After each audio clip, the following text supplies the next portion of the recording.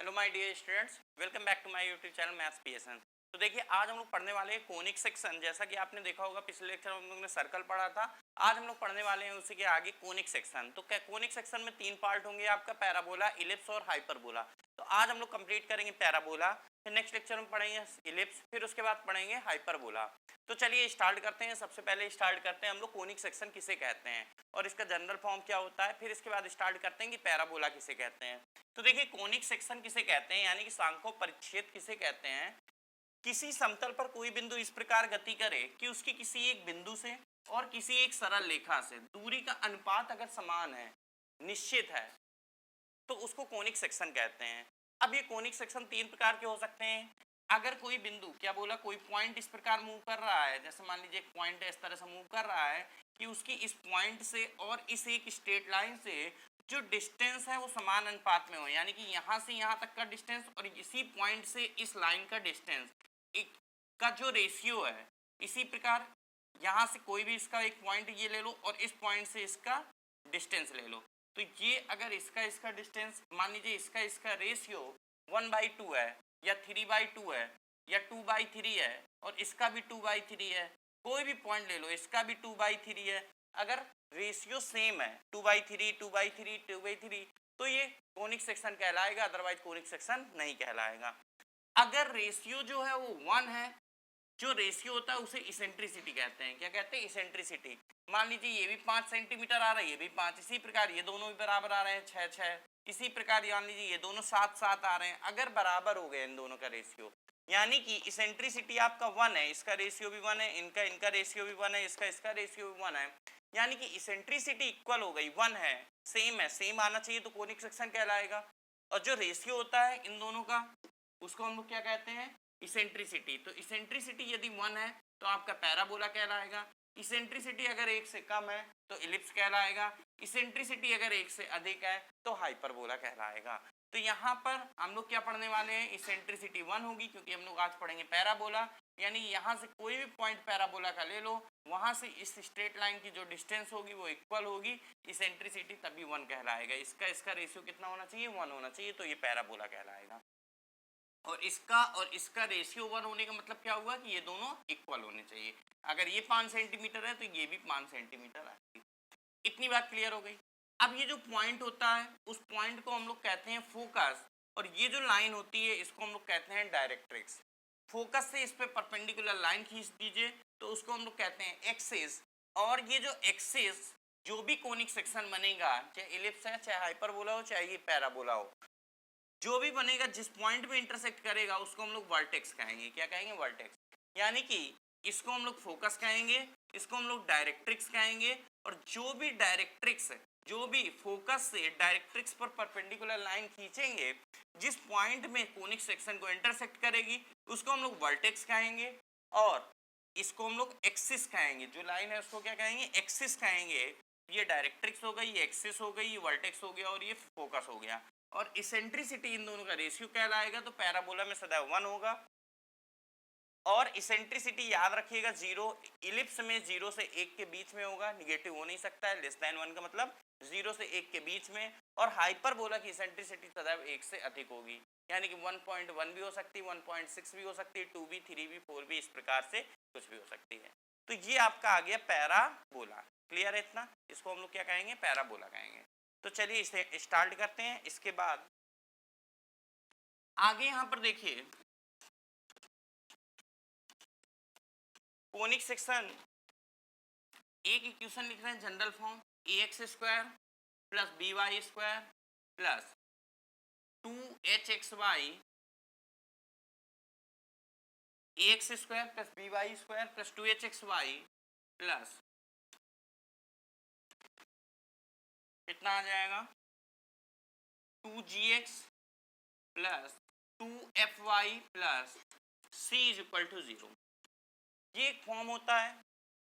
इस फॉर्म में अगर आपने देखा abc plus 2fgh minus af² minus bg² minus ch² calculate किया, अगर ये इज इक्वल टू 0 था तो आपको याद होगा, हमने बताया था तब, ये पेयर ऑफ स्ट्रेट लाइन कहलाता है।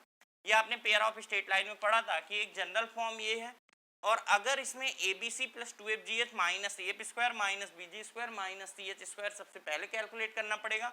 अगर ये इज इक्वल टू जीरो है तो पेयर ऑफ स्ट्रेट लाइन है, और अगर बराबर जीरो नहीं है तो ये कोनिक सेक्शन है।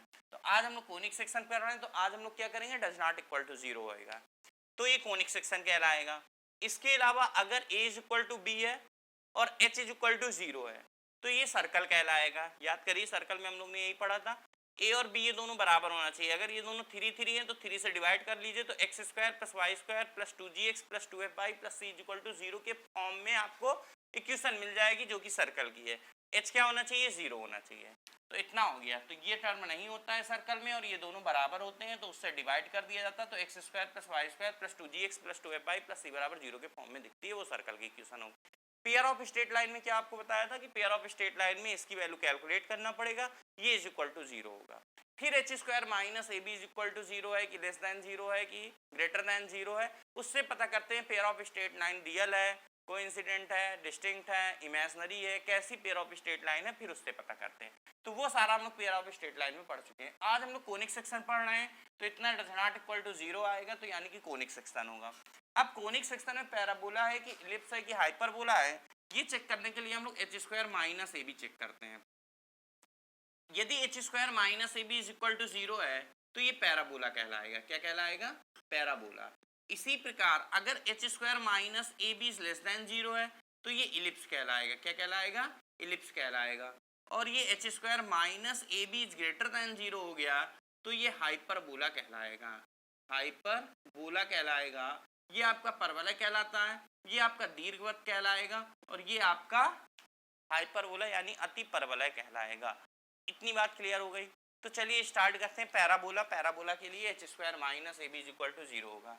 आपके उसमें जो इक्वेशन आती है वो किस फॉर्म में आती है ये भी पढ़ लेते हैं।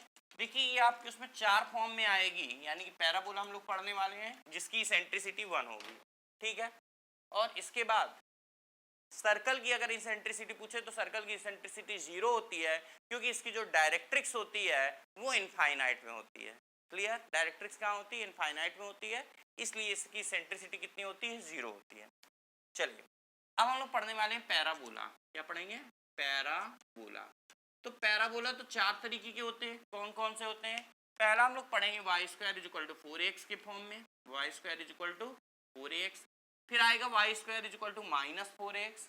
कौन सा, वाई अभी लिखेंगे इसके बाद, पहले हम लोग इसको पढ़ लेते हैं। Y square is equal to 4ax, फिर Y square is equal to minus 4ax, इसके बाद X square is equal to 4ay, फिर इसके बाद X square is equal to minus 4ay। ये 4 तरीके से हम लोग पढ़ेंगे पैराबोला के बारे में। तो Y square is equal to 4ax का ग्राफ कैसे बनेगा, तो चलिए देखते हैं। ये आपका हो गया एक्स एक्सिस, और ये हो गया ये एक्स एक्सिस, ये वाई एक्सिस हो गया, और ये आपका एक्स एक्सिस। एक्स एक्सिस की इक्वेशन क्या होगी, y इज इक्वल टू 0, और वाई एक्सिस की इक्वेशन क्या होगी, x is equal to G. Clear हो गया। अब देखिए जो Y square is equal to 4ax का पैराबोला होगा वो किस तरह का बनेगा ये भी देख लीजिए। इस शेप का बनेगा जिसका वर्टेक्स आपका 0,0 दिखेगा। वर्टेक्स कितना है, 0,0, ये आपका वर्टेक्स कहलाएगा। इसका फोकस जो होगा यहाँ कहीं होगा, यहाँ से यहाँ a इस डिस्टेंस आगे होगा, तो यहाँ से यहाँ तक की डिस्टेंस a है, तो यहाँ से यहाँ की ये पैराबोला में पॉइंट है, तो यहाँ से डायरेक्ट्रिक्स की जो डिस्टेंस होगी वो भी a होगी। पीछे है तो ये माइनस a हो जाएगा। ये आपकी माइनस a कदम पीछे, यानी a कदम पीछे की ओर डायरेक्ट्रिक्स होगी और a कदम आगे फोकस होगा। क्योंकि ये एक्स एक्सिस है इसलिए इसके कोऑर्डिनेट a,0 होंगे। इसी प्रकार ये माइनस a कदम पीछे है तो इसके माइनस a,0 होंगे कोऑर्डिनेट। बट इसका कोऑर्डिनेट से आपको कोई मतलब नहीं है। ये आपका जो वर्टेक्स होगा वो आपका 0,0 होगा। ये वर्टेक्स कितना हो गया, इसको अभी हम लिखेंगे, वर्टेक्स 0,0 हो गया। अब देखिए फिर से लिख रहे हैं, ये जो आपका कहलाएगा ये एक्सिस कहलाएगा। तो यहाँ पर सबसे पहले ध्यान दीजिए ये फोकस है, ये जो फोकस कहलाता है ये कितना हो जाएगा, यहाँ पर a,0 हो जाएगा। ये वर्टेक्स होगा तो वर्टेक्स आपका कितना हो गया, 0,0 हो गया। ये डायरेक्ट्रिक्स हो गई, क्योंकि माइनस a कदम पीछे है तो इसकी इक्वेशन हो गई x is equal to minus a। अगर इसकी एक्सिस आपसे पूछेगा तो एक्सिस ये होगी, यानी कि एक्स एक्सिस हो गई, और इसकी जो इक्वेशन हो गई वो y इज इक्वल टू 0 होगी। इतनी बात क्लियर हो गई। आगे बढ़ते हैं। पैराबोला के किसी भी पॉइंट को या कोनिक सेक्शन के किसी भी दो पॉइंट को मिलाने वाली लाइन आपको कॉर्ड कहलाती है। क्या कहलाएगी? कॉर्ड कहलाएगी, यानी कि जीवा कहलाएगी। अच्छा, हिंदी में इसे फोकस को क्या कहेंगे? फोकस कहते हैं, हिंदी में नाभि कहते हैं। वर्टेक्स को हिंदी में शीर्ष कहते हैं। डायरेक्ट्रिक्स, ये डायरेक्ट्रिक्स होगी, डायरेक्ट्रिक्स को हिंदी में नियता कहते हैं। क्या कहते हैं? नियता, डायरेक्ट्रिक्स, नियता। ये फोकस मतलब नाभि, वर्टेक्स मतलब शीर्ष। अब देखिए यहाँ पर एक्सिस मतलब अक्ष हो गया, तो इसका अक्ष क्या हुआ? एक्स अक्ष हुआ। इक्वेशन क्या है? y equal to 0। किसी भी दो पॉइंट को मिला देंगे, इसको कॉर्ड यानी कि जीवा कहेंगे। अगर वो जीवा नाभि से होकर जा रही है तो नाभीय जीवा यानी फोकल कॉर्ड कहलाएगी। ऐसे भी हो सकती है, ऐसे भी हो सकती है, ऐसे भी हो सकती है, किसी भी शेप की हो सकती है। देखिए ध्यान से, हो सकती है कि नहीं? फोकस से होकर जा रही, इसको मिला दो, फोकल कॉर्ड हो गई, यानी कि नाभीय जीवा। ऐसे नाभीय जीवा, ऐसे नाभीय जीवा, ये भी नाभीय। तो जो फोकस से होकर जा रही है वो नाभि जीवा, जो फोकस से होकर नहीं जा रही है लेकिन पैराबोला के दो पॉइंट को मिला रही है उसको जीवा कहेंगे। तो ये जीवा हो गई, इस तरह से मिलाओगे, फोकस से नहीं जा रही तो जीवा, फोकस से होकर जा रही है तो नाभि जीवा, और फोकस से होकर जा रही है और अक्ष पे परपेंडिकुलर है तो उसको फोकल कॉर्ड कहते हैं। क्या कहेंगे? Focal cord. ये देखिए, ये लैटस रेक्टम, सॉरी क्या कहेंगे? लैटस रेक्टम, यानी कि एक ऐसी कॉर्ड या ऐसी फोकल कॉर्ड जो एक्सिस पे परपेंडिकुलर है तो उसको लैटस रेक्टम कहेंगे। या ऐसी कॉर्ड जो फोकस से होकर जा रही है और एक्सिस पे परपेंडिकुलर है, क्योंकि कॉर्ड बोला इसलिए ये बोलना पड़ेगा फोकस से होकर जा रही है। तो ऐसी जीवा जो फोकस से होकर जा रही है और एक्सिस पे परपेंडिकुलर है तो उसको लैटस रेक्टम कहते हैं। क्या कहते हैं? लैटस रेक्टम कहते हैं, यानी कि नाभि लंब कहते हैं। हिंदी में से कहते हैं नाभि लंब, ठीक है। या फोकल कॉर्ड, ऐसी फोकल कॉर्ड जो एक्सिस में परपेंडिकुलर है तो उसको लैटस रेक्टम यानी कि नाभि लंब कहते हैं। अब नाभि लंब में दो चीजें आपसे पूछी जा सकती है, एक इसकी लंबाई और दूसरी इसके एंड पॉइंट। एक और होता है जो कभी कभी पूछ लेता है, वो है इसकी इक्वेशन। तो इसकी इक्वेशन तीनों चीजें हम लोग लिखते हैं। क्या लिखते हैं? लैटस रेक्टम की जो इक्वेशन होगी वो एक्स एक्सिस को ए पे इंटरसेक्ट कर रही है, इसलिए x is equal to a हो गया कि नहीं? ये क्या है? X is equal to minus a. ये कितना हो गया? एक्स को ए पे इंटरसेक्ट कर रही है, इसलिए इसकी इक्वेशन हो गई x is equal to a हो गई। अब अगर इसकी लेंथ पूछेगा तो यहाँ से यहाँ तक ए होती है और यहाँ से यहाँ तक 2a होती है, तो ये 2a हो गई, ये 2a हो गई। तो टोटल जो लैटस रेक्टम की लेंथ होती है, यानी कि अगर आप लैटस रेक्टम की लेंथ की बात करें तो लैटस रेक्टम की लेंथ कितनी होगी? 4a होगी। और लैटस रेक्टम की इक्वेशन कितनी होगी? x is equal to a होगी। और लैटस रेक्टम की अगर एंड पॉइंट की बात करें तो end point x is equal to a पे, इक्वेशन में x को a लिखो तो 4a स्क्वायर आ रहा, तो Y square is equal to 4a square, तो यानी कि y is equal to plus minus 2a आएगा। तो ऊपर वाला प्लस 2a, नीचे वाला माइनस 2a होगा, यानी कि इसका हो गया a कॉमा 2a और इसका हो गया a कॉमा माइनस 2a।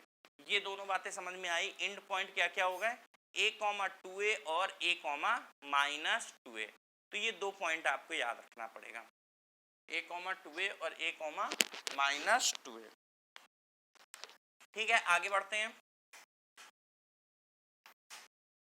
अब इसके बाद इतना रब कर दें, अब इसमें कोई डाउट? अब आगे पढ़ते हैं हम लोग। X square is equal Y square is equal to minus 4ax होगा तो क्या होगा? चलिए देख लेते हैं, इसको रब करते हैं। Y square is equal to minus 4x में यही सारी चीजें देखते हैं। तो चलिए आप जल्दी जल्दी समझेंगे। Y square is equal to minus 4x में सबसे पहले हम लोग एक्स एक्सिस और वाई एक्सिस बना दें। ये आपका वाई एक्सिस है, ये आपका एक्स एक्सिस है। एक्स एक्सिस की इक्वेशन जो होती है वो y इज इक्वल टू 0 होती है, और इसकी इक्वेशन जो वाई एक्सिस होती है उसकी इक्वेशन क्या होती है? x इज इक्वल टू 0 होती है। Y square is equal to 4x का ग्राफ जो बनेगा वो इस शेप का बनेगा, बिल्कुल उसका अपोजिट, जो पहले बना था उसका अपोजिट। अब फोकस किधर होगा? फोकस सदैव अंदर की तरफ होता है, यानी कि फोकस ये होगा, यहाँ से यहाँ की डिस्टेंस a होती है। क्योंकि इस साइड है a इसलिए माइनस a हो जाएगा, तो इसका नाभि जो फोकस होगा वो माइनस a कॉमा 0 हो जाएगा। डायरेक्ट्रिक्स सदैव वर्टेक्स है, एक तरफ फोकस होगा दूसरी तरफ डायरेक्ट्रिक्स होगी, तो डायरेक्ट्रिक्स इससे एक कदम आगे हो गई, यानी कि इसकी इक्वेशन आप लिखेंगे डायरेक्ट्रिक्स की तो x is equal to a हो गई, क्योंकि x एक्सिस को a पे इंटरसेक्ट कर रही है।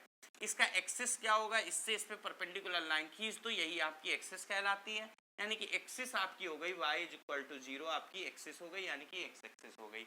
इसके अलावा फोकस से इस पे परपेंडिकुलर लाइन खींचा, या आप ये कहिए एक्सिस पैराबोला को जिस पॉइंट में कट करता है उसको वर्टेक्स कहते हैं। तो ये वर्टेक्स हो गया, यहाँ पर वर्टेक्स कितना होगा 0,0 हो गया। इसके बाद आगे लास्ट बात आती है लैटस रेक्टम की। लैटस रेक्टम किसे कहेंगे, जो एक्सिस के परपेंडिकुलर है और फोकस से होकर जा रहा है, यानी कि फोकल कॉर्ड जो एक्सिस के परपेंडिकुलर है तो उसको लैटस रेक्टम कहेंगे। लैटस रेक्टम की लेंथ कितनी होगी, 4a हो जाएगी, क्योंकि 2a ये होता है 2a ये होता है तो टोटल 4a हो जाता है। अगर हम लोग एंड पॉइंट की बात करें तो एंड पॉइंट देखिए यहाँ से यहाँ तक एक्स एक्सिस में माइनस ए चला है तो ये भी माइनस है, ये में माइनस ए हो गया। वाई एक्सिस ऊपर की तरफ है तो +2a हो जाएगा, इधर -2a हो जाएगा। तो ये आपका एंड पॉइंट हो गया, यानी कि -a और y में क्या हो गया +-2a हो जाएगा। अगर इसकी इक्वेशन की बात करें तो सीधे से आपको दिख रहा है ये -a पे इंटरसेक्ट कर रही है तो x =-a भी कह सकते हैं और x + a = 0 भी कह सकते हैं। बस इतनी बातें आपको क्लियर हो गई, फिर कोई भी दिक्कत आने वाली नहीं है। चलिए जल्दी से एक लास्ट देख लेते हैं, लास्ट के दोनों, यानी कि x² = 4ay कैसे बनेगा। पैराबोला को हिंदी में परवलय कहते हैं, जो कि 4 प्रकार से होते हैं। ठीक है, तो 2 पढ़ चुके हैं हम लोग, तीसरा और चौथा भी जल्दी से देख लेते हैं। थर्ड नंबर है x² = 4ay। ये किस शेप का होगा, ये आपका y एक्सिस है और ये आपका x एक्सिस हो गया। ठीक है, ये y एक्सिस। चलिए, जो ये x² = 4ay होता है ये इस शेप का होता है, याद रखना पड़ेगा आपको। इसका वर्टेक्स यहाँ पर क्या दिख रहा है आपको 0,0, ये वर्टेक्स हो गया। इसका फोकस अंदर की तरफ होगा, यानी कि ये फोकस होगा, कहाँ होगा, एक कदम ऊपर की ओर होगा।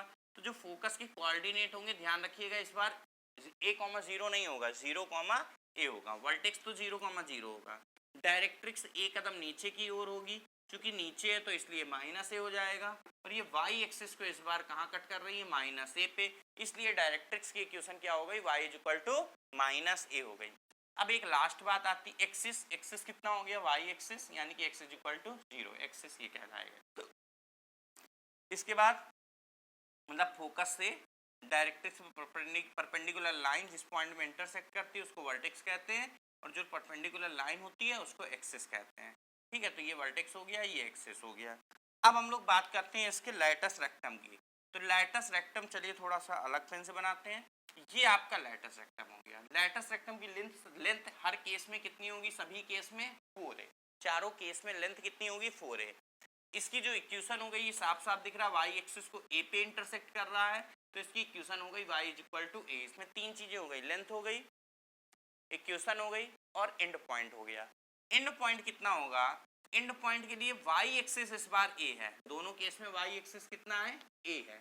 अब x कितना होगा, इधर चलोगे क्योंकि ये 4a हो गया तो 2a ये होगा 2a ये होगा, 4a होती है 2a इधर 2a इधर, तो ये 2a हो गया। यानी कि x एक्सिस आपकी इधर इस साइड है तो प्लस का 2a और इस साइड है तो -2a। x एक्सिस कितना है इधर है तो इधर आपका x एक्सिस कितना हो गया यहाँ से यहाँ तक -2a, तो ये -2a, हो गया, ये 2a, a हो गया। तो ये आपका एंड पॉइंट हो गया। जल्दी से इसे भी ध्यान से देख लीजिए, इसमें कोई डाउट हो तो बताइएगा। अब आगे बढ़ते हैं लास्ट केस, यानी कि x² = -4ay। x² = -4ay कैसा बनेगा तो चलिए देख लेते हैं। x² = -4ay, चलिए देख लेते हैं जल्दी से कैसा होगा। x² = -4ay है, ये आपका y एक्सिस हो गया, थोड़ा सा ऊपर बनाते हैं, ये आपका x एक्सिस हो गया, ये x एक्सिस है और ये आपका y एक्सिस हो गया। अब देखिए इस बार x² = -4ay है तो ये इस तरह का बनेगा, नीचे ये बन गया। अब आपको पता है अंदर की तरफ फोकस होता है, फोकस यहाँ से कितने डिस्टेंस पे होगा, 1 कदम, तो ये 1 कदम नीचे है, फोकस हो गया। और वर्टेक्स चारों केस में कितना हो गया 0,0 हो गया। अगर फोकस नीचे है तो डायरेक्ट्रिक्स ऊपर होगी, अपोजिट केस में होता है। 1 कदम ये नीचे है तो इसको -a कह सकते हैं, लिख सकते हैं। ये 1 कदम ऊपर है तो इसको +a कह सकते हैं। ये आपका डायरेक्ट्रिक्स हो गया, क्या होगा, नियता हो गया। ये फोकस यानी कि नाभि हो गई, नाम याद रखना पड़ेगा, फोकस मतलब नाभि, डायरेक्ट्रिक्स मतलब नियता, वर्टेक्स मतलब शीर्ष, ये 3 नाम ये होगा। एक्सिस हो गया, एक्सिस में ये वाला कहलाएगा जो पैराबोला के अंदर से इस तरह से जा रहा है, यानी फोकस से होकर जो जा रही है, फोकस से होकर जाएगा और डायरेक्ट्रिक्स पे परपेंडिकुलर होगा, उसको एक्सिस कहेंगे। तो एक्सिस की equation x is equal to 0 हो गई। फोकस आपका 0, -a हो गया, ध्यान से देखते रहिए। वर्टेक्स 0, 0 हो गया।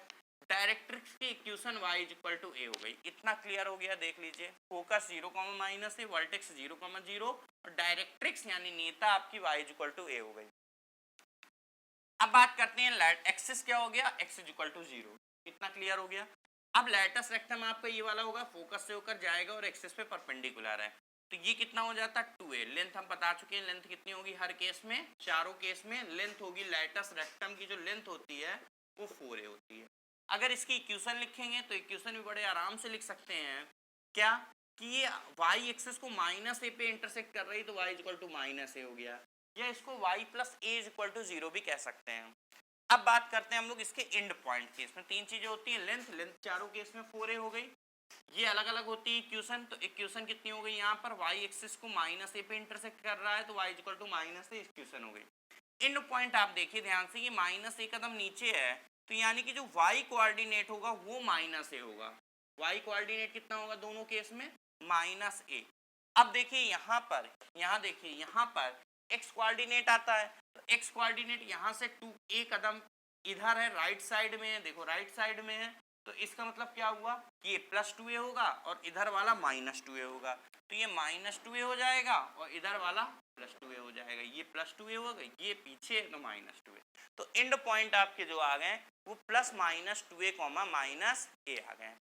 इतना क्लियर है, क्लियर हो गया। तो ये देखिए ये चौथा था, 3 हो गए थे, तीसरा हम लोग का प्लस था, ये चौथा वाला x स्क्वायर इज इक्वल टू -4a।